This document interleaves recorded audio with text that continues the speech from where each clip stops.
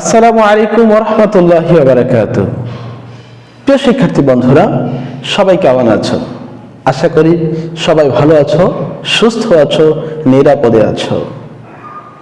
Milestone school and college তোমাদের পড়াশোনা সঠিকভাবে চালিয়ে যাওয়ার জন্য বর্তমান পরিস্থিতিতে অনলাইন ক্লাসের আয়োজন করেছে। তারই ধারাবাহিকতায় আমি Mohammad Shafiqullah, milestone school and college সহকারী শিক্ষক, ইসলাম ও নৈতিক শিক্ষা বিষয়ক চতুর্থতম ক্লাস নিয়ে তোমাদের সামনে উপস্থিত হয়েছি। প্রিয় শিক্ষার্থী বন্ধুরা, তোমরা গত ক্লাসটি খুব সুন্দর করেই করেছ। আশা করি সকলেই পাঠটি বুঝতে পেরেছ। তারপরেও তোমাদেরকে স্মরণ করে দেওয়ার জন্য আমি আবারও কয়েকটি প্রশ্ন নিয়ে আসছি। চলো এবার দেখি প্রশ্নগুলোর উত্তর আমরা পারি কিনা। দেখো, প্রথমে নিয়ে আসছি লাউহে মাহফুজ অর্থ কি? লাউহে মাহফুজ শব্দের অর্থ হচ্ছে সংরক্ষিত ফলক। দ্বিতীয় যে প্রশ্নটি নিয়ে আসছি সেটি হচ্ছে সর্বমোট আসমানি কিতাব কয়খানা? নিশ্চয়ই তোমরা জানো সর্বমোট আসমানি কিতাব 104 খানা। 3 নম্বর যে প্রশ্নটি সেটি হচ্ছে তিলাওয়াত শব্দের অর্থ কি? তিলাওয়াত শব্দের অর্থ হচ্ছে আবৃত্তি করা, পাঠ করা। সর্বশেষ যে প্রশ্ন সেটি হচ্ছে কোরআন শব্দটির মূল অর্থ কি? কোরআন শব্দটির মূল অর্থ হচ্ছে পঠিত। প্রিয় শিক্ষার্থী বন্ধুরা, আশা করি তোমরা অবশ্যই প্রশ্ন উত্তরগুলো পারবে এবং তোমরা পূর্ব পাঠটি খুব সুন্দর করেই পড়েছ। প্রিয় শিক্ষার্থী বন্ধুরা, এতক্ষণ তোমরা পূর্ব পাঠের আলোচনা শুনছিলে। এ পর্যায়ে আমরা নতুন পাঠ ঘোষণা করব। নতুন পাঠ ঘোষণা করার পূর্বে আমি তোমাদের সাথে একটু শেয়ার করে নিচ্ছি। তোমরাই বলতে পারবে আজকের আলোচ্য বিষয় কি হতে পারে। তোমরা লক্ষ্য করো আমার দিকে, দেখো আমি যে কথা বলছি অথবা তুমি যে কথা বলো, প্রত্যেকটি কথাই কি মুখের একই জায়গা থেকে উচ্চারিত হয় না ভিন্ন কোনো স্থান থেকে উচ্চারিত হয়? অবশ্যই প্রত্যেকটি কথাই মুখের ভিন্ন ভিন্ন কোনো স্থান থেকে উচ্চারিত হয়ে থাকে। তাহলে মুখের ভিন্ন ভিন্ন যে স্থান থেকে হরফগুলো, বর্ণগুলো উচ্চারিত হয়, আরবিতে তাকে কি বলা হয় তোমরা কি জানো? নিশ্চয়ই আরবিতে বলা হয় মাখরাজ। অপরদিকে কথাকে সুন্দর করে সাজিয়ে বলার একটি আরবি অর্থ রয়েছে, যার নাম হচ্ছে সিফাত। প্রিয় শিক্ষার্থী বন্ধুরা, তাহলে বুঝতেই পারছো আজকের আমাদের আলোচ্য বিষয় কি হবে। তাহলে দেখো, আজকের পাঠ 3য় অধ্যায় কোরআন ও হাদিস শিক্ষা, পাঠ 3 এবং 4, তাজবিদ ও মাখরাজ। প্রিয় শিক্ষার্থী বন্ধুরা, ইতিমধ্যে তোমরা তোমাদের কাঙ্ক্ষিত সেই পাঠ জানতে পেরেছ। এ পর্যায়ে আমরা জানব আমরা আজকের পাঠ শেষে কি কি শিখতে ও বলতে পারবো। প্রথমেই বলতে পারবো তাজবিদের পরিচয়, তাজবিদের গুরুত্ব ব্যাখ্যা করতে পারবো। সর্বশেষ মাখরাজের পরিচয় ও বিস্তারিত বর্ণনা করতে পারবো।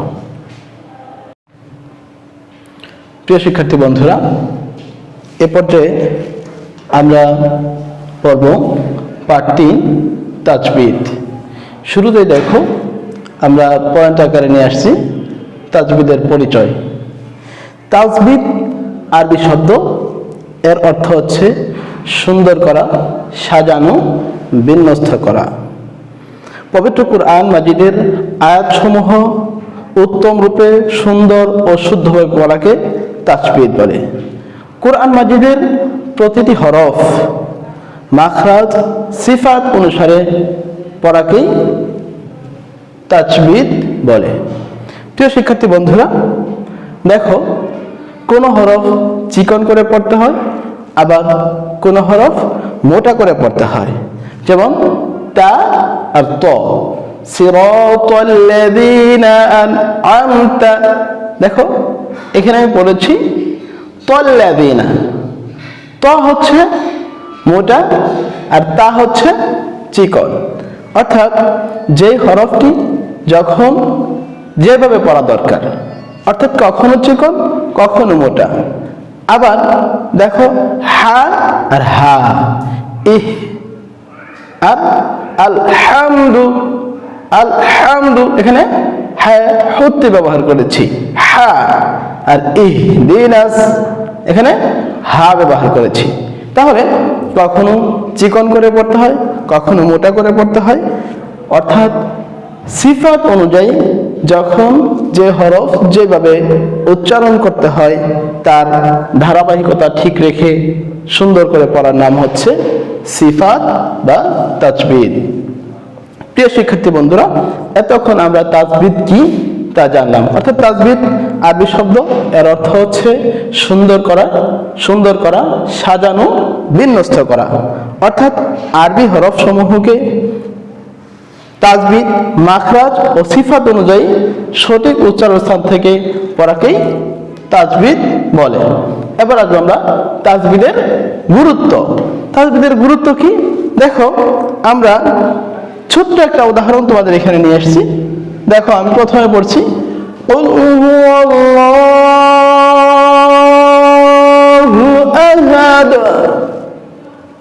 এখানে সর্বপ্রথম যে হরফটি তোমরা দেখেছো উল, এই উল আমি এখানে লিখেছি। দেখো প্রথমে যে হরফটি এসেছে এই অফ দিয়ে যদি তুমি পড়ো উল, তাহলে অর্থ হবে বলুন। হে নবী আপনি বলুন আল্লাহ তাআলা এক ও অদ্বিতীয়। কিন্তু যদি তুমি এই উলের পরিবর্তে কুল পড়ো তাহলে এর অর্থ হবে খাও। অর্থাৎ আল্লাহ তাআলা এক, তাকে কি খাও।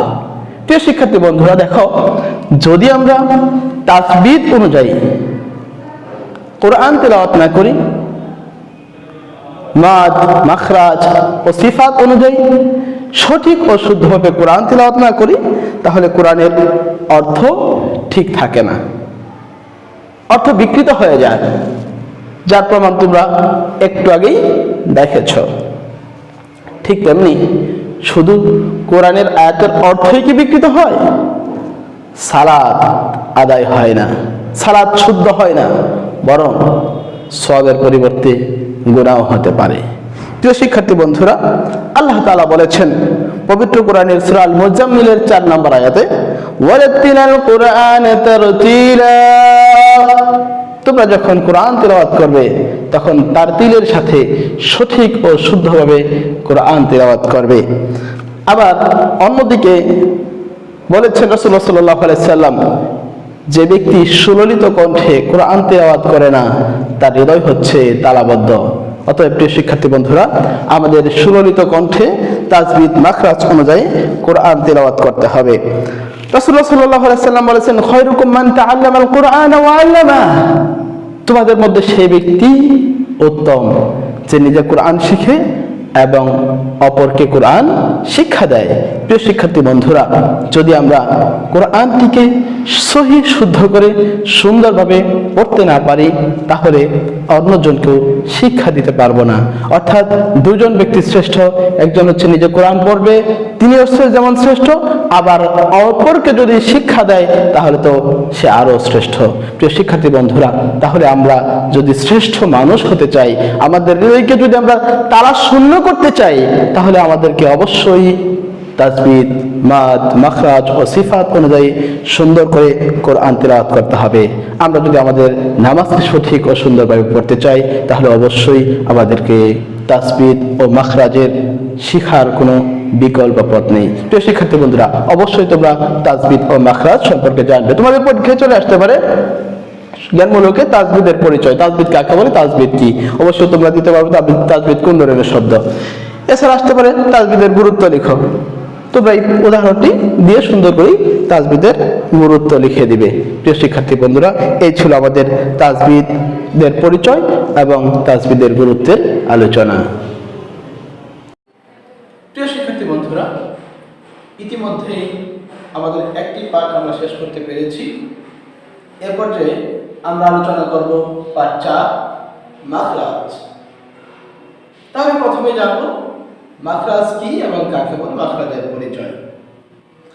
আমরা জানি মাখরাজ আরবি শব্দ, এর অর্থ হচ্ছে উচ্চারণের স্থান বা বের হওয়ার স্থান। আরবি হরফসমূহ মুখের যে স্থান থেকে উচ্চারিত হয় তাকে মাখরাজ বলে। তাহলে মাখরাজ কাকে বলে? আরবি হরফ উচ্চারণের স্থানকেই মাখরাজ বলে। আরবি হরফ কতটি? আরবি হরফ 29টি। তোমাদের জ্ঞানমূলক পরীক্ষা অনেক সময় চলে আসতে পারে যে আরবি হরফ মোট কতটি এবং মাখরাজ কয়টি। আমরা জানি আরবি হরফ মোট 29টি এবং মাখরাজ 17টি। এই 17টি মাখরাজ মুখের বিভিন্ন জায়গা থেকে উচ্চারিত হয়। এবার যদি তোমাদেরকে প্রশ্ন করা হয় বা তোমরা যদি আমাকে প্রশ্ন করো যে স্যার মুখের বিভিন্ন জায়গা বলতে কয়টি স্থানকে বোঝানো হয়? এই 29টি হরফ অর্থাৎ 17টি মাখরাজ মুখের 5টি স্থান থেকে উচ্চারিত হয়। চলো এবার দেখে নিই সেই 5টি স্থান কি কি। 1 নাম্বার, বোর্ডের দিকে লক্ষ্য করো। 1 নাম্বার, মুখের খালি জায়গা। মুখের খালি জায়গাকে আরবিতে বলা হয় জাওফ, অর্থাৎ মুখের খালি জায়গা বা জাওফ থেকে একটি মাখরাজ উচ্চারিত হয়। 2 নাম্বার হচ্ছে হলক। হলক এর আরবি হচ্ছে কণ্ঠনালী। কণ্ঠনালী থেকে মোট 3টি মাখরাজ উচ্চারিত হয়। 3 নাম্বার হচ্ছে জিহ্বা। জিহ্বা থেকে মোট 10টি মাখরাজ উচ্চারিত হয়। 4 নাম্বার হচ্ছে উভয় ঠোঁট। উভয় ঠোঁট থেকে উচ্চারিত হয় 2টি মাখরাজ। সর্বশেষ 5 নাম্বার হচ্ছে নাসিকামূল। নাসিকামূল থেকে 1টি মাখরাজ উচ্চারিত হয়। প্রিয় শিক্ষার্থী বন্ধুরা, ইতিমধ্যে আমরা জানলাম মুখের 5টি স্থানের নাম, অর্থাৎ আরবি 29টি হরফ 17টি মাখরাজ যে যে স্থান থেকে উচ্চারিত হয় সেই স্থানের নামগুলো আমরা জেনে নিলাম। তোমাদের যদি অনুধাবনমূলক প্রশ্নে চলে আসে যে আরবি হরফ মোট কতটি এবং কয়টি স্থান থেকে উচ্চারিত হয় কি কি, অবশ্যই তোমরা উত্তর দিতে পারবে। আরবি হরফ মোট 29টি, মুখের 5টি স্থান থেকে উচ্চারিত হয়, তা হলো মুখের খালি জায়গা, হলক, জিহ্বা, কণ্ঠনালী, উভয় ঠোঁট এবং নাসিকামূল। এই ছিল মূলত আমাদের এই 5টি স্থানের নাম। প্রিয় শিক্ষার্থী বন্ধুরা, চলো এ পর্যায়ে আমরা জেনে নিব মাখরাজের বিস্তারিত বিবরণ। 1 নম্বর মাখরাজ, হলকের শুরু হতে হামজা হা। 2 নম্বর মাখরাজ, হলকের মাঝখান হতে আইন হা। 3 নম্বর মাখরাজ, হলকের শেষ ভাগ হইতে গইন খ। 4 নম্বর মাখরাজ, জিহ্বার গোড়া তার বরাবর উপরের তালুর সাথে লাগিয়ে উচ্চারিত হয় কফ। 5 নম্বর মাখরাজ, জিহ্বার গোড়া হতে একটু আগে বাড়িয়ে তার বরাবর উপরের তালুর সঙ্গে লাগিয়ে উচ্চারিত হয় কাফ। 6 নম্বর মাখরাজ, জিহ্বার মধ্যখান তার বরাবর উপরের তালুর সাথে লাগিয়ে উচ্চারিত হয় 3টি হরফ জিম, শিন, ইয়া। 7 নম্বর মাখরাজ, জিহ্বার গোড়ার কিনারা সামনের উপরের এক পাশের দাঁতের গোড়ার সাথে লাগিয়ে উচ্চারিত হয় দদ। 8 নম্বর মাখরাজ,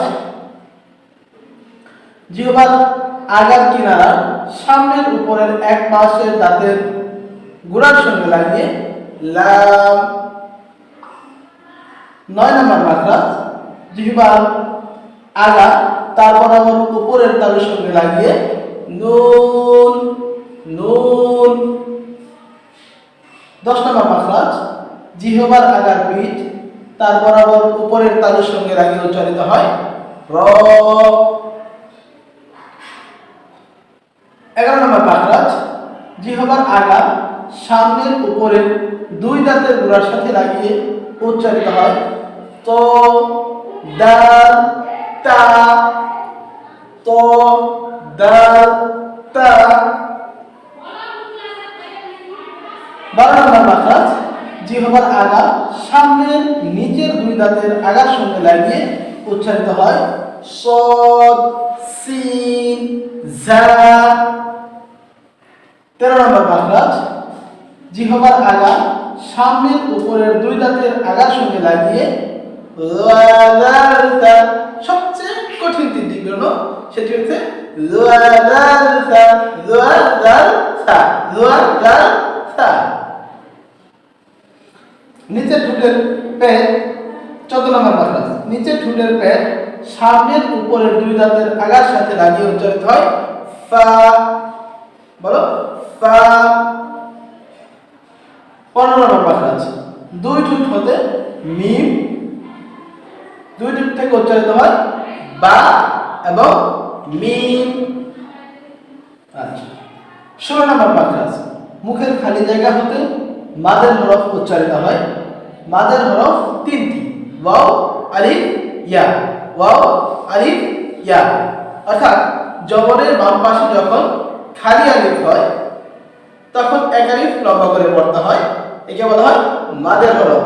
যেমন বা বা আলিফ জবর বা। ঠিক একইভাবে যখন পেশের বাম পাশে জজমালা ওয়াও হয় তখন এক আলিফ লম্বা করতে হয়, আর তখন ওয়াওটি হচ্ছে মাদের হরফ। যেমন বা ওয়াও পেশ বু।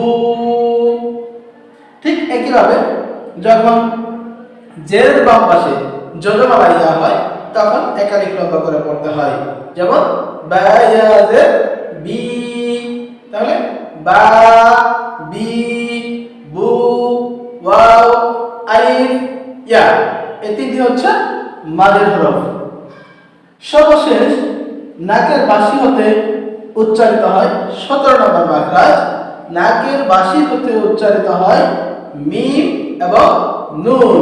অর্থাৎ এখানে আমরা মিম এবং নুনকে গুণনার হরফ বলতে পারি। যেমন মিম এবং নুনের উপর যখন তাসদীদ থাকে তখন আমরা তাকে গুণনা করে পড়ি। যেমন হামজা মিম জবর আম, মিম জবর মা আম্মা, গুন্না সুম্মা। অর্থাৎ মিম এবং নুনের উপর যখন তাসদীদ যুক্ত হবে তখন আমরা মিম এবং নুনকে গুণনা করে পড়তে পারি। অর্থাৎ এটাকে বলা হয় ওয়াজিব গুণনা, অর্থাৎ নাকের বাঁশির সাথে গুনগুন শব্দ করে উচ্চারিত করা। প্রিয় শিক্ষার্থী বন্ধুরা, এই ছিল আমাদের 17টি মাখরাজ। অর্থাৎ আমরা প্রথমে পড়েছি হরফ। হরফ বলা হয় হচ্ছে কণ্ঠনালী। কণ্ঠনালী থেকে শুরু হয়, অর্থাৎ কণ্ঠনালীকে ঠিক কিভাবে ভাগ করা হয়েছে, কণ্ঠনালীর শুরু, মধ্যখান এবং শেষ ভাগ। প্রিয় শিক্ষার্থী বন্ধুরা, অবশ্যই তোমরা এই মাখরাজের উচ্চারণগুলো সুন্দর ও সঠিক করে দিতে পারবে। তাছাড়া তোমরা তোমাদের পরীক্ষায় যদি আসে যে 5টি বা 7টি মাখরাজের বিবরণ লেখো, অথবা বর্ণনামূলক প্রশ্ন আসতে পারে যে আরবি হরফ উচ্চারণের স্থানগুলোকে কি বলে, সেই উচ্চারণের স্থানগুলো বিবরণ দাও। অবশ্যই তোমরা দিয়ে দিবে আরবি হরফ উচ্চারণের স্থানগুলোকে মাখরাজ বলে। মাখরাজ 17টি মাখরাজের বিবরণ লিখে দেওয়া হলো। প্রিয় শিক্ষার্থী বন্ধুরা, এরপরে আমরা কতিপয় নতুন শব্দের পরিচয় করিয়ে দিচ্ছি তোমাদের সাথে। দেখো, আমি বোর্ডে কতগুলো লিখেছি, তোমাদের বই আরো অতিরিক্ত নতুন শব্দ আছে, আমরা একবার করে সবগুলোই জেনে নেব। প্রথমে লিখেছি লাউহি মাহফুজ। এর আগে তোমরা পড়েছ লাউহি মাহফুজ শব্দের অর্থ হচ্ছে সংরক্ষিত ফলক। তারপরে লিখেছি দেখো হরফ। হরফ শব্দের অর্থ বর্ণ। এরপর লিখেছি হরকত। হরকত কাকে বলে? যে জবর পেশকে হরকত বলে। এরপর লিখেছি নাজিল। নাজিল শব্দের অর্থ হচ্ছে অবতীর্ণ। প্রিয় শিক্ষার্থী বন্ধুরা, এছাড়াও তোমাদের বই আরো কিছু শব্দ রয়েছে, যেমন আছে কালাম। কালাম শব্দের অর্থ বাণী। নফল। নফল শব্দের অর্থ হচ্ছে ঐচ্ছিক বা ফরজের অতিরিক্ত। জায়েজ। জায়েজ শব্দের অর্থ হচ্ছে বৈধ ও অবৈধের বিপরীত। জায়েজ শব্দের অর্থ বৈধ অর্থাৎ অবৈধের বিপরীত। এছাড়াও জিবরাইল প্রধান ফেরেশতাগণের একজন, তিনি আল্লাহ তাআলার বাণী নিয়ে নবী রাসূলের কাছে আসতেন। অর্থাৎ নবী রাসূলদের নিকট যে ফেরেশতা ওহী নিয়ে আসতেন তার নাম হচ্ছে জিবরাইল। প্রিয় শিক্ষার্থী বন্ধুরা, অবশ্যই তোমরা এই নতুন শব্দগুলোর সাথে পরিচিত হয়েছ এবং তোমাদের পরীক্ষায় অনেক সময় জ্ঞানগুলোকে চলে আসে। এজন্য এই শব্দগুলোর সাথে তোমরা আরো সুন্দর করে পরিচিত হবে এবং পরীক্ষা আসলে তোমরা অবশ্যই সুন্দর করে লিখতে পারবে। যেমন পরীক্ষা অনেক সময় চলে আসে যে লাউহি মাহফুজ শব্দের অর্থ কি, অবশ্যই লিখবে সংরক্ষিত ফলক। নাজিল শব্দের অর্থ কি? নাজিল শব্দের অর্থ হচ্ছে যে অবতীর্ণ। কালাম শব্দের অর্থ বাণী। অবশ্যই তোমরা এই পাঠটি বুঝতে পেরেছ। প্রিয় শিক্ষার্থী বন্ধুরা, আমরা ইতিমধ্যে আমাদের কাঙ্ক্ষিত দুটি পাঠ আমরা পড়ে শেষ করেছি। এ পর্যায়ে তোমাদের সামনে নিয়ে এসেছি একটি সৃজনশীল প্রশ্ন। নিশ্চয়ই সৃজনশীল প্রশ্ন সম্পর্কে তোমরা ইতিপূর্বে ধারণা পাবে। সেই জন্য তোমাদেরকে একটি সৃজনশীল প্রশ্ন দিয়ে সৃজনশীল সম্পর্কে তোমাদেরকে ধারণা দিতে যাচ্ছি। প্রিয় শিক্ষার্থী বন্ধুরা, দেখো সৃজনশীলের মধ্যে প্রথমেই থাকবে একটি উদ্দীপক। আমি একটা উদ্দীপক তোমাদের সামনে দিয়েছি, এরপরে ধারাবাহিকভাবে 4টি প্রশ্ন থাকবে। ক, খ, গ এন্ড ঘ। প্রত্যেকটির জন্য আবার আলাদা আলাদা মার্ক রয়েছে। ক প্রশ্নের জন্য পাবে তুমি, প্রশ্ন উত্তরের জন্য পাবে 1 মার্ক। খ প্রশ্ন উত্তরের জন্য পাবে তুমি 2 মার্ক। গ প্রশ্ন উত্তরের জন্য পাবে 3 মার্ক এবং ঘ নাম্বার প্রশ্ন উত্তরের জন্য পাবে 4 মার্ক। এই হচ্ছে মোট 1 আর 2 3, 3 আর 3 6, 6 আর 4 10। অর্থাৎ একটি সৃজনশীল প্রশ্নের জন্য তোমাকে 10 মার্ক বরাদ্দ করা হয়েছে। এখন আমরা কিভাবে লিখব, উদ্দীপকটা কি আকারে হতে পারে সেটা নিয়ে আলোচনা করি। উদ্দীপক যেভাবে হোক না কেন, তোমার পাঠ রিলেটেড উদ্দীপক হতে পারে, আর উদ্দীপকের আলোকে তোমাকে গ এবং ঘ এই দুটা প্রশ্ন উদ্দীপক সংশ্লিষ্ট হতে পারে। ক এবং খ নাম প্রশ্ন উদ্দীপক সংশ্লিষ্ট হতেও পারে, আবার নাও হতে পারে। অতএব আমরা যখন ক এবং খ নাম্বার উত্তর দিব, তখন আমরা উদ্দীপককে নিয়ে ভাববো না। ঘ এবং ঘ নাম্বার যখন উত্তর দিব, তখন আমরা অবশ্যই উদ্দীপককে নিয়ে ভাববো যে উদ্দীপকে কি আছে। চলো এবার উদ্দীপকটা আমরা একটু করে নিই। আলম প্রতিদিন কোরআন তেলাওয়াত করে, তার তেলাওয়াত সঠিক হয় না। তার শিক্ষক আলমকে কোরআন তেলাওয়াত শুদ্ধভাবে করার জন্য কতিপয় নিয়ম অনুসরণ করার পরামর্শ দিয়ে তার ভুলগুলো ধরিয়ে দেবে। তাহলে দেখো প্রশ্ন লক্ষ্য করো। প্রথম প্রশ্ন হয়েছে লাউহি মাহফুজ শব্দের অর্থ কি? লাউহে মাহফুজ শব্দের অর্থ তোমরা এক বাক্য উত্তর দিবে, নট অনলি ওয়ান ওয়ার্ড, একটি বাক্য। তাহলে তোমরা বাক্যটা কিভাবে লিখবে? লাউহে মাহফুজ শব্দের অর্থ হচ্ছে সংরক্ষিত ফলক। বাল হুয়া কুরআনুল মাজিদ ফি লাউহিল মাহফুজ। আল্লাহ তাআলা পবিত্র কুরআনকে লাউহে মাহফুজে সংরক্ষণ করে রেখেছেন। এত কিছু তোমরা এখানে দিবে না, শুধু দিবে লাউহে মাহফুজ শব্দের অর্থ সংরক্ষিত ফলক। তাহলে তুমি 1 মার্ক পেয়ে যাবে। 6 নম্বর প্রশ্নে আসো, মাখরাজ বলতে কি বোঝো? প্রথমে আমরা জ্ঞানমূলকের উত্তর দিয়েছি ক নম্বরে। খ নম্বরে আসছি অনুধাবনমূলক প্রশ্ন। সেইখানে তুমি প্রথমে লিখবে মাখরাজ বলতে কি বোঝো, ব্যাখ্যা করে, এরকম চাইতে পারে। তাহলে তুমি প্রথমে দিবা মাখরাজ আরবি শব্দ, এর অর্থ হচ্ছে উচ্চারণের স্থান। এইটুকু দেওয়ার পরে তুমি নিচে একটু প্যারা করে দিবা যে আরবি হরফ সমূহ উচ্চারণের স্থানকে মাখরাজ বলে। আমরা যদি আরবি হরফগুলো উচ্চারণের স্থান সঠিকভাবে না জানি, তাহলে আমাদের তেলাওয়াত শুদ্ধ হবে না। তাই আমাদের মাখরাজ সম্পর্কে জানা অত্যন্ত জরুরি।